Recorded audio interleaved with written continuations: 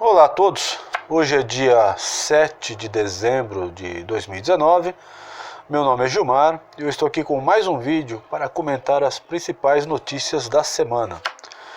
Normalmente eu faço os vídeos, eu publico os vídeos no domingo, mas excepcionalmente estou publicando hoje no sábado porque amanhã, dia 8 de dezembro, haverá manifestações no Brasil, chamada aí por várias entidades, o Vem Pra Rua é um deles, para pressionar os parlamentares a votarem a lei pela prisão em segunda instância. Eu já havia comentado com vocês em vídeos anteriores que o Supremo Tribunal Federal tomou a decisão irresponsável de rever uma decisão que ele mesmo tinha tomado há 3 anos atrás, de permitir que um condenado em segunda instância começasse a cumprir a pena. E por que isso? Porque é na segunda instância, ou até a segunda instância, que se discute o mérito do caso. Então, se você foi condenado em segunda instância, o mérito não se julga mais no STJ ou mesmo no STF. Você é culpado. E o Supremo resolveu mudar esse entendimento. E é claro que isso significou a libertação de vários criminosos corruptos e particularmente o criminoso mor, o chefe da quadrilha, o Lula. Mas enfim, então a ideia agora é que a coisa, pelo Congresso Nacional, você possa fazer uma mudança na legislação e permitir que o condenado possa começar a cumprir a pena. Lembrando que o Brasil é o único país membro da ONU onde um condenado não começa a cumprir pena ou na primeira ou na segunda instância. Só no Brasil se cumpre pena a partir de esgotado todos os prazos. É claro que, como eu já falei com vocês, o ladrão pé de chinelo ele não tem dinheiro para contratar um advogado, para levar o caso até o Supremo. Só quem vai ser beneficiado são os ou traficantes, que têm muito dinheiro, ou os políticos do colarinho branco, os corruptos, que também têm muito dinheiro.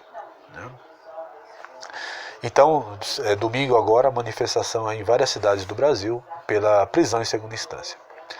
Eu queria começar então o comentário das notícias, talvez pela uma das principais, pelo menos, que demonstra aí uma certa tragédia que o Brasil está vivendo, que foi o resultado do PISA. O PISA é um programa da ONU, uma avaliação do nível dos estudantes que terminam o ciclo básico. Então a prova ela é feita por amostragem, ela não é feita em todos os estudantes, proporcional à população daquele país.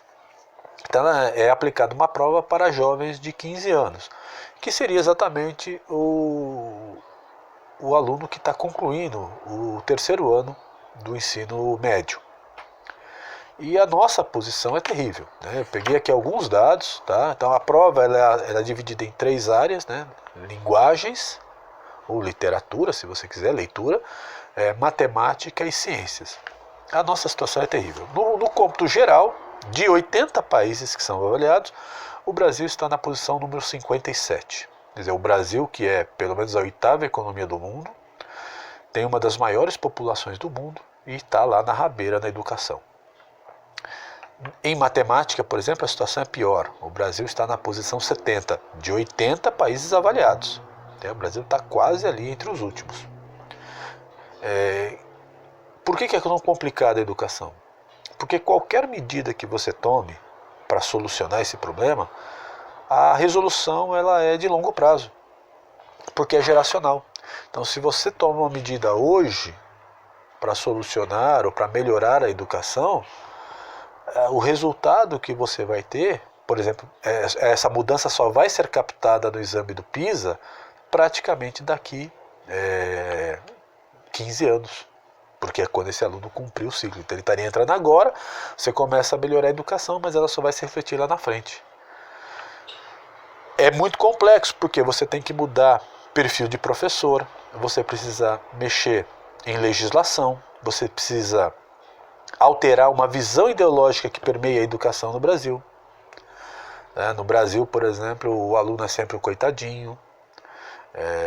Inventar essa coisa da progressão contínua, quer dizer, o aluno ele vai acumulando deficiências né, ao longo da sua vida, e como o sistema educacional ele é feito baseado em séries, onde o professor tem um programa a seguir por cada série, se esse aluno ele vem de uma série para outra com deficiências, ele não vai conseguir acompanhar, ele vai, na verdade, acumular as deficiências.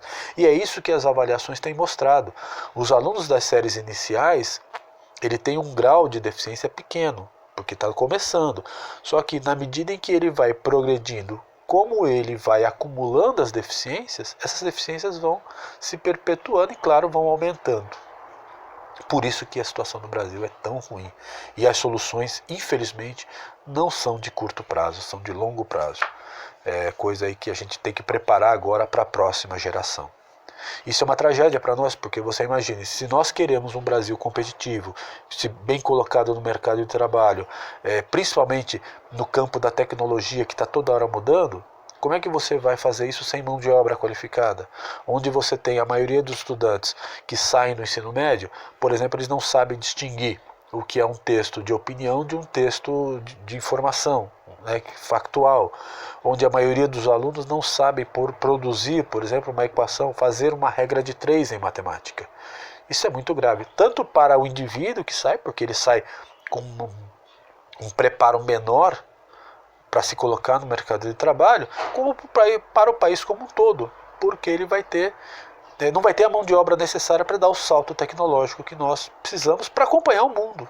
Nós seremos eternamente reféns de tecnologias importadas, tá? De produto, e tecnologia é um tipo de, né, os produtos tecnológicos ele tem a característica de alto valor agregado, e aí o Brasil vai acabar continuando exportando. Não que eu seja contra a exportação de produtos agropecuários, é importante para a economia do Brasil, mas nós também precisamos avançar no setor de tecnologia. Nós temos algumas áreas de ponta que são importantes, mas nós precisamos generalizar para o país todo, né, para o conjunto da sociedade, essa capacidade de produção de tecnologia. Com esse grau de educação que nós temos, nós sempre vamos ficar para trás. Isso é muito grave e pior, soluções elas refletem no médio prazo. Né? Lembrando que, né, se nós contarmos 8 anos de governo Fernando Henrique Cardoso, mais 13 anos de PT, está aqui o problema da tragédia da educação, que foi só piorando com esses governos. Bom, continuando aqui, uma boa notícia aí para o presidente Bolsonaro e para os apoiadores do presidente. O STE, o Tribunal Superior Eleitoral, aprovou que as coletas de assinaturas de apoiadores fossem feitos de maneira eletrônica. Então, provavelmente, os apoiadores, né, os articuladores do novo partido, né, Aliança pelo Brasil, devem montar aí um aplicativo pelo celular ou alguma página na internet onde o apoiador possa colocar seus dados ali, né, fazer o apoio via internet sem que você precise coletar as assinaturas fisicamente, né, precisa sair aí às ruas coletando as assinaturas. Isso facilita o trabalho dos apoiadores e da construção desse partido, porque você precisa ter aí o apoio de pelo menos 500 mil eleitores. Então isso é uma boa notícia, mas é bem pouco provável que esse partido consiga estar legalizado para as eleições do ano que vem. Então esse processo aí deve se concluir para as eleições de 2022. De qualquer maneira, é uma notícia boa para o governo. Melhor dizendo, né? Não para o governo em si, mas para esse novo projeto de construir efetivamente um partido conservador no Brasil. Outra boa notícia, né, que ela é importante, eu já havia comentado, a taxa de juros do Brasil está diminuindo, né? Nós estamos aí com a menor taxa de juros da história do Brasil. E por que isso é importante? Porque ela também permite uma economia do que é pago em termos de juros com relação à dívida. Então toda a dívida do Brasil ela é calculada, ou quase toda ela. A base do cálculo de juros é exatamente a Selic. Se baixa a taxa de juros, baixa aquilo que o governo precisa pagar para custear essa dívida. E segundo o ministro Paulo Guedes, essa economia está gerando em torno de 96 bilhões de reais. Isso é muito dinheiro. para um país como o Brasil, que no seu orçamento tem um déficit de 156 bilhões, você conseguir economizar 96 é muito dinheiro. Então isso é uma boa notícia, mostra aí que o Brasil, pelo menos no campo da economia, está no caminho certo, né? O Brasil deve aí crescer pouco esse ano, é verdade, porque nós estamos vindo de um processo recessivo muito forte, mas as expectativas é que para o ano que vem o Brasil já tem um bom crescimento que vai se estabilizar nos próximos anos. Então, no nível da economia, as notícias são relativamente boas. Ainda que, é claro, para o tamanho do Brasil, né, o desemprego ainda é muito grande, mas qualquer melhora já é bem vista e ela é sentida claramente pela população. Tá? Bom, notícia muito ruim dessa semana e que mostra aquilo que eu já venho comentando há algum tempo, que é essa disputa entre duas forças que atuam no Brasil, né? A força de tentar fazer com que o país seja com que o Brasil seja um país efetivamente moderno, né? Que as instituições funcionem, que a sociedade se dinamize, né? A força do progresso, né? Que avance esse país, que o Brasil não seja o país da expectativa do futuro, mas que seja um país do presente, e as forças do atraso, aquelas forças que querem manter o Brasil como um país atrasado, o país da corrupção, o país da negociata, o país onde o Estado se impõe sobre a sociedade, suga os recursos da sociedade. Então você tem essas duas forças que estão atuando. Ora uma vence, ou avança, a força do progresso, que avançou principalmente com a Operação Lava Jato, com o impeachment da Dilma. Então você tem algumas forças que avançam, ora a força do retrocesso avança também. E a força do retrocesso está tentando avançar. Né? Que foi... como todo mundo sabe, né, já havia comentado também, todo final do ano o governo precisa enviar ao Congresso o orçamento para o ano seguinte. E o Congresso aprova ou não e coloca as emendas, os acertos necessários. E está sendo articulado no Congresso Nacional um aumento para o fundo eleitoral da ordem de 3,8 bilhões. Qual é a função desse fundo eleitoral? Patrocinar, financiar as campanhas eleitorais do ano que vem para prefeito e vereador. Então esse dinheiro vai ser distribuído aos partidos políticos e os partidos políticos se encarregam de distribuir para os diretórios. Tudo isso sem controle, tá? Porque assim, você pega um partido político que vai receber lá, sei lá, 500 milhões de reais, ele não tem a obrigação de distribuir esse dinheiro de maneira igual para os diretórios. Ele vai distribuir, eu vou priorizar esse diretório aqui, esse aqui não é importante. Tá? Como vai ser feito o controle disso? Ninguém sabe, vai ficar muito a cargo dos partidos. Mas o fato é que são 3,8 bilhões de reais que vai ser gasto em campanha eleitoral. Dinheiro público, dinheiro meu, dinheiro seu. Tá? Bom, o problema é o seguinte, de onde vem esse dinheiro? Ele precisa surgir de algum lugar. Se você imprime dinheiro, você aumenta a inflação. Então você tem que equacionar. Para aumentar, porque o valor do fundo eleitoral estava gerando em torno de 2 bilhões, então eles estão praticamente dobrando, né? Vai para 3,8, eles vão ter que tirar dinheiro de algum lugar no orçamento. E quem é que vai pagar? Saúde. Vai perder aí aproximadamente 500 milhões, tá? Como se o Brasil não tivesse problemas de saúde. Infraestrutura. Né, o Ministério da Infraestrutura, a área de infraestrutura, que cuida de habitação, saneamento, por exemplo, vai perder algo em torno disso no projeto que está sendo articulado no Congresso. Vai perder algo em torno de 380 milhões de reais, né, como se o Brasil não tivesse problemas de infraestrutura, de estradas ruins, de problema de saneamento, que gera problemas de saúde, certo? E a educação. Eu já acabei de falar aqui dos problemas da educação que nós temos, vai perder aproximadamente 280 milhões. Ou seja, o que está por trás aqui? Um grupo de parlamentares está se articulando para tirar dinheiro da sociedade para garantir as campanhas eleitorais desses partidos. Muitos desses candidatos talvez serão aí, muitos desses parlamentares, melhor dizendo, talvez serão candidatos a prefeito, né, de algumas cidades. Então eles estão legislando em causa própria. Por isso que eu disse, já falei no passado e vou repetir, os parlamentares só funcionam na base da pressão. É preciso ficar atento. Por quê? Porque se não pressionar, se deixar eles atuarem sozinhos, eles vão governar por interesse próprio. É quase uma natureza do político. O político só atua em favor da sociedade quando a sociedade o pressiona. Claro que não são todos, existem exceções, sem dúvida, mas a regra básica é essa. Então precisa pressionar. E só para ficar claro, para a gente analisar quem são os articuladores dessa proposta, por exemplo, o PT. O PT é o partido que está articulando esse aumento de 2 bilhões, que já era uma fortuna, para algo em torno de 3,8 bilhões. Então, fiquem atentos aos seus parlamentares, questionem, pergunte para eles se ele é a favor do financiamento público ou não da campanha. Financiamento público é o seguinte, eu vou financiar a campanha política com o dinheiro dos meus impostos, com o dinheiro dos seus impostos, de um candidato que você não gosta, que você não quer.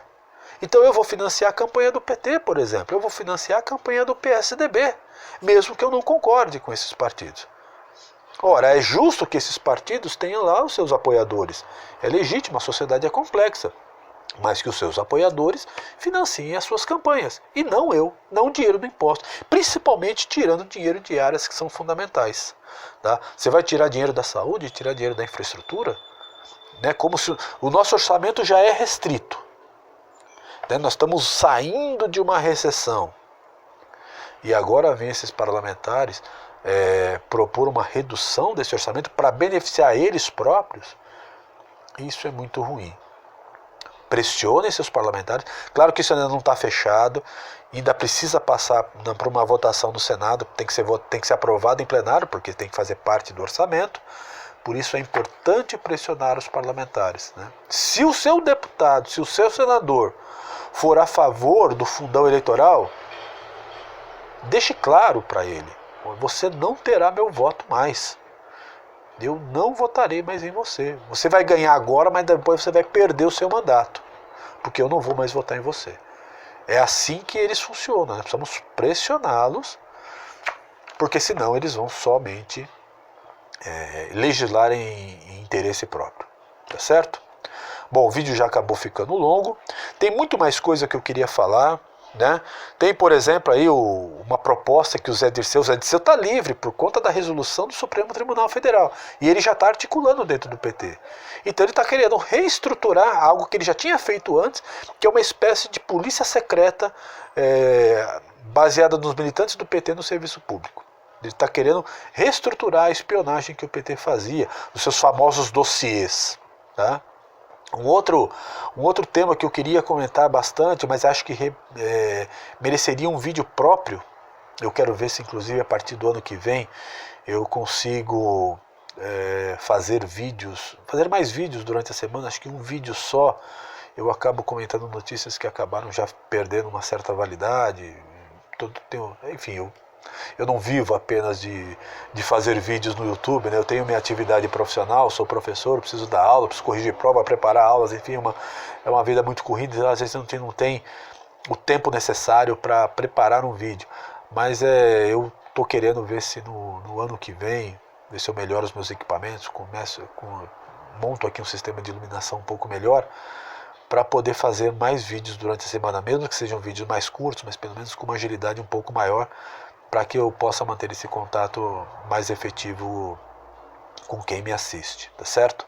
Mas enfim, então eu queria ver se eu faço um vídeo específico sobre o Congresso do PT, particularmente sobre uma palestra que a professora Marilena Chaui deu preparatória do Congresso. A Marilena Chaui é notoriamente uma petista aí de carteirinha, e é interessante alguns pontos que ela levanta ali na palestra, como ela tenta justificar a situação atual, a perda de hegemonia do PT.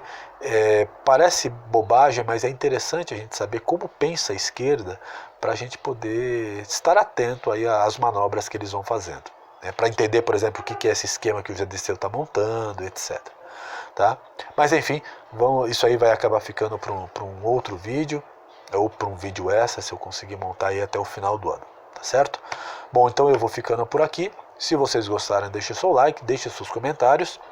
Eu leio todos. Divulguem aí o vídeo se vocês acham interessante. E nos vemos então no próximo vídeo. Tá? Até mais.